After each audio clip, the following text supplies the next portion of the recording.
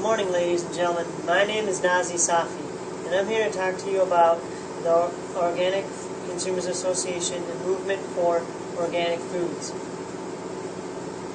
Since the beginning of genetically modified foods in 2008, there was 2 billion acreage of genetically engineered farms.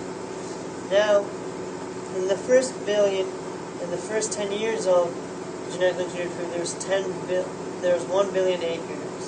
Now, after 3 years later, there's another 1 billion, adding up to a total of 2 billion. Now that is a scary fact, meaning the genetically engineered foods have become more popular, which in my opinion, is a very bad thing. Genetically engineered foods are unethical, are a human hazard, and are an environmental hazard too. In 1994, the FDA approved a hormone injected in cows to produce more milk. This hormone contained IGF-1, which is a leading cause of prostate, colon, and breast cancer. And in the RBGH, it contains 400 to 500% more of IGF-1 than in regular milk than the RBGH, meaning that this milk is slowly giving us cancer.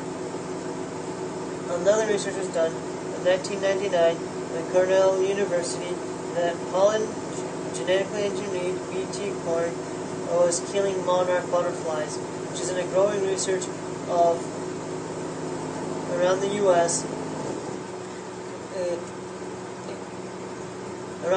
causing lacewings, ladybugs, and birds even to get poisoned by this pollen. This research was done in an article by Ronnie Cummins, our founder and director of the Organic Consumers Association.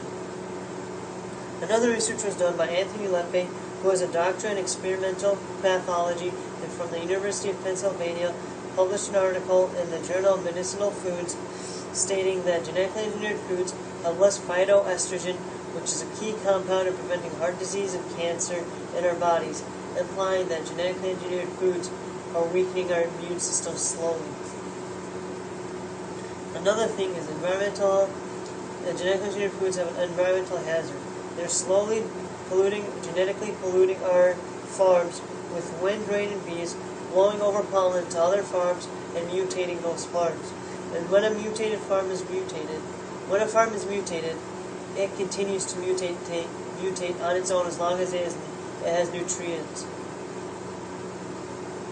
And because of this, in the near future, it's expected that we'll be using 3 times more toxic herbicides on our farms.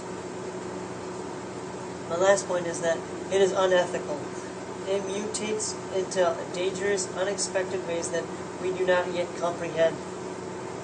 There is a 0.001 chance of success, and even with the success, there are metabolic, genetic transformations that we cannot see, and physical aspects that we can or may not be able to see. This research was done by Mei Wan Ho at the Institute of Social Security in UK, Joe Cummings from the University of West Ontario in Canada, and Peter Saunders from the King's Crown, United Kingdom. Now, a counter-argument to genetically engineered foods would be that it yields more and are immune to the herbicide glyphosate, allowing farms to spray more and kill weeds faster without any harm to humans. Now, I argue that corporations will use this chance to monopolize, and farmers will spray indiscriminately toxic chemicals onto our corn. This was stated in an article by Miller Henry, published in Education Genetic Engineer, Noel Marino, Detroit.